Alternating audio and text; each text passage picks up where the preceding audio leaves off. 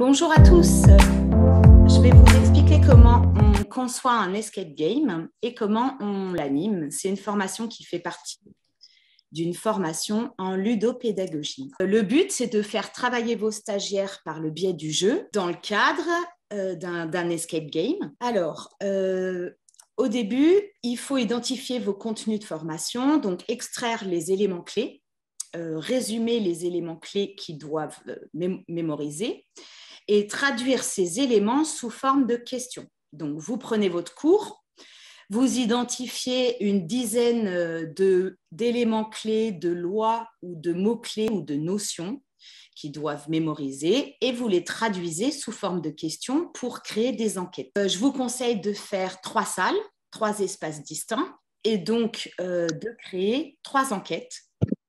Donc, 3 fiches à mettre dans des enveloppes. Par exemple, en santé, les pompiers, ils travaillent sur la connaissance du corps. Combien de litres de sang a-t-on dans le corps? Ça peut être une idée de question. Combien de jours de congés payés doit prendre par an? Quand on est à temps partiel, quand on est à temps plein, la procédure dans le cas d'un accident. Ça peut être des questions comme ça. Il faudrait essayer de varier les questions, de la plus simple, dans la même enquête, de mettre 1 ou 2 très simples et les 2 autres un peu plus complexes, un peu plus techniques. Le rôle du formateur, c'est de faire entrer le groupe dans une espèce d'ambiance, donc d'essayer de théâtraliser un petit peu le démarrage de l'escape game et les 2 premières minutes par exemple, de faire semblant de chuchoter ou d'arriver en claquant la porte ou d'avoir tiré les rideaux, d'avoir tamisé la pièce. Bref, que le groupe se mette dans l'ambiance tout de suite, un petit peu comme au théâtre. Je vous conseille de répartir le groupe sur 3 endroits différents, 3 salles. Si vous n'avez pas la possibilité d'avoir un grand espace, restez dans la même salle, mais essayez de délimiter 3 espaces distincts, par exemple en mettant des chaises. Alors, le but, quand vous arrivez dans la salle, étant de demander de l'aide à l'équipe, de créer le contexte de votre jeu. Et vous allez dire une phrase du type « Vous allez m'aider à licencier un salarié parce que moi, je ne connais pas bien les procédures. Il va falloir que vous m'aidiez à chercher comment ça se passe et comment on doit s'organiser, ce que je dois mettre en place, etc. Vous allez m'aider à comprendre ce qui s'est passé dans le cas de cet accident de travail. Vous allez m'aider pour résoudre tel ou tel problème par rapport à votre thématique. » Alors, quand il arrive, donc, très rapidement, vous situez le contexte, vous donnez les règles de l'escape game. Donc, il y a 3 salles différentes qui vont devoir répondre à une enquête qui est dans cette salle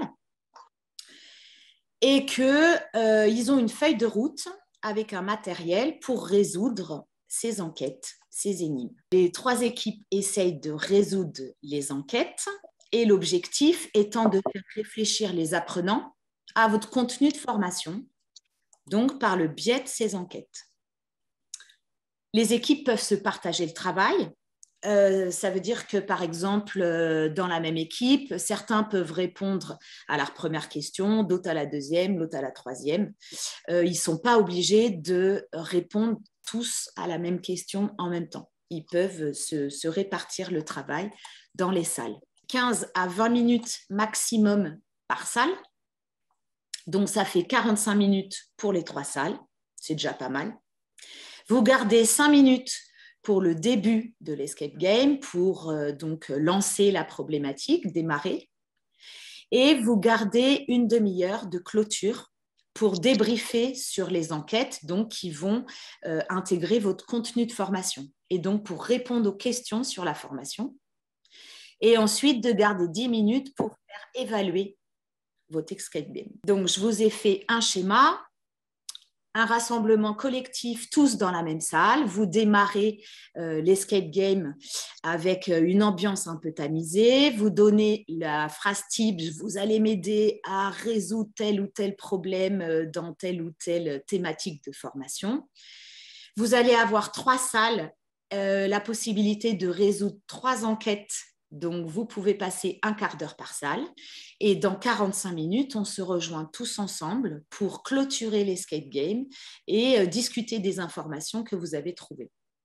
Donc, le démarrage, les 3 salles et la clôture de l'escape game. Pendant la clôture, je vous invite donc à recueillir toutes les informations qu'ils auront trouvées pour résoudre les enquêtes, de résumer ces éléments théoriques parce que ça va constituer votre cours et de ne pas oublier de faire évaluer l'escape game, c'est-à-dire ce qu'ils ont appris, pas appris, ce qui était trop rapide, pas assez rapide, là où ils n'ont pas eu assez de temps, etc. À droite, je vous ai mis le rôle du formateur. Donc, vous êtes là pour gérer le timing, c'est-à-dire qu'au bout de 15 minutes, essayez, par exemple, de les faire changer de salle.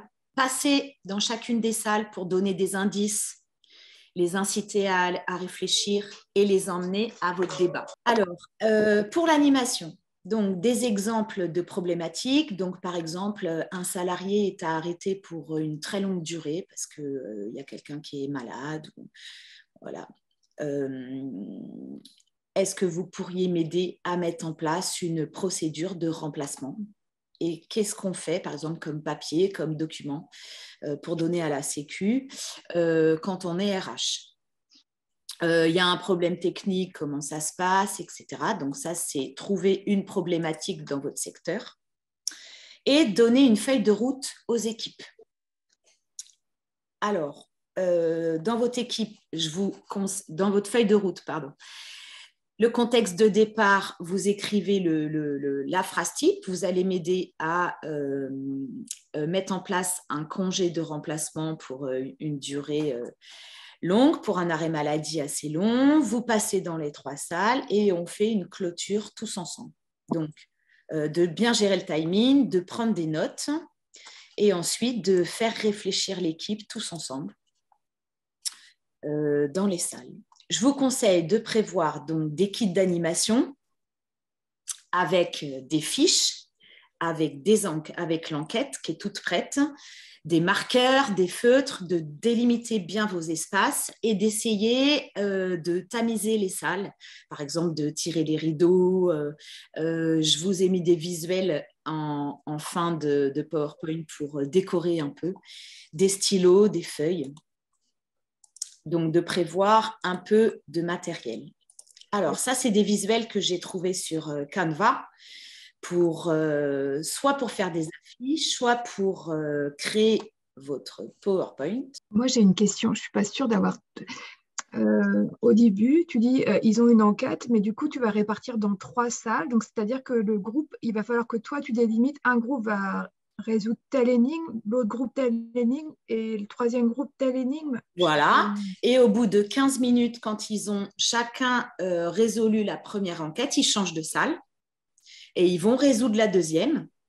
Au bout de 15 minutes, ils changent de salle et ils vont résoudre la 3e. Donc, chacun des groupes sera passé dans les 3 salles. Donc, ils auront balayé tous vos contenus de formation. Donc, si j'ai bien compris, les 3 salles correspondent à 3 questions différentes avec la même thématique. Tout à fait. Voilà, exactement. Alors, par exemple, il y a des questions qui peuvent se recouper parce qu'une procédure ou une loi peut balayer plusieurs façons de faire, plusieurs organisations, plusieurs procédures. Par exemple, en RH, c'est assez large, les lois. Est-ce que vous pouvez donner des exemples de vos thématiques et je vais vous aider à créer les vôtres? Alors moi, par exemple, je suis coordonnatrice de terrain au périscolaire, donc je travaille avec des encadrants d'enfants sur des temps périscolaires. Et donc là, justement, j'ai une formation à mettre en place pour ce personnel. Et c'était tout ce qui était au niveau du fonctionnement, de l'organisation, comment se déroule, voilà, comment on accueille les enfants, comment se passe l'appel, comment on encadre un groupe d'enfants, comment on anime un groupe d'enfants. Donc, c'était sur ce type d'action. D'accord. Alors, ce que tu peux faire, donc, c'est 3 enquêtes. Donc, par exemple, pour la première, ça peut être un accueil type. Ouais. Quelles vont être les activités? Donc, citer 3 activités pour un accueil, par exemple, 3 activités d'éveil, 3 activités, 3 activités éducatives, etc. Tu peux dire, situer le jeu de rôle en 30 secondes, comment vous accueillez les parents. Par exemple, ça peut être aussi la sortie de l'accueil. citer, je ne sais pas, l'organisation du matériel à prévoir dans le cadre d'un accueil, c'est-à-dire avant d'ouvrir, qu'est-ce que vous faites les 10 minutes avant, qu'est-ce que vous préparez, qu'est-ce qui doit être sorti sur la table. Les documents, je sais que le matin, on arrive et ils signent. Ouais. Voilà, donc vraiment bien décortiquer vos contenus de formation. D'accord. Pour que ça corresponde, qu'il y ait des questions précises par rapport à ce que vous voulez qu'ils mémorisent. D'accord. Voilà, par exemple, citer 5 jeux de société propices à l'accueil, citer 5 objectifs d'apprentissage, par exemple, je ne sais pas, ils peuvent travailler sur une histoire le matin ou travailler sur un conte. Voilà, donc vous prenez votre contenu de formation et vous le résumez sous forme de questions. C'est-à-dire que pour chaque ligne de votre contenu de formation, vous essayez d'en découler une question et vous créez 3 enquêtes. Alors, si vous trouvez que vous n'avez pas assez de questions, ce qui peut être sympa aussi, c'est de rajouter des énigmes ludiques. Donc là, je vous ai mis des sites pour des énigmes ludiques. Par exemple, ça va être des schémas de logique, vous savez, style jeu Tiagui, par exemple, ou des devinettes. Voilà, donc des jeux un petit peu plus ludiques pour sortir de vos contenus de formation. À la fin, il y a des sites aussi, je vais vous envoyer le PowerPoint, des sites pour créer votre escape game. Et à la fin du PowerPoint, j'ai résumé les 7 étapes donc, pour concevoir ce jeu. Donc, identifier une thématique de formation, lister des contenus de formation sur lesquels s'appuyer, définir des objectifs, définir un timing, un nombre de participants. Là, je vous conseille de ne pas mettre 5 ou 6 stagiaires, pas plus de 6 stagiaires par salle, à partir d'une problématique à identifier dans votre secteur.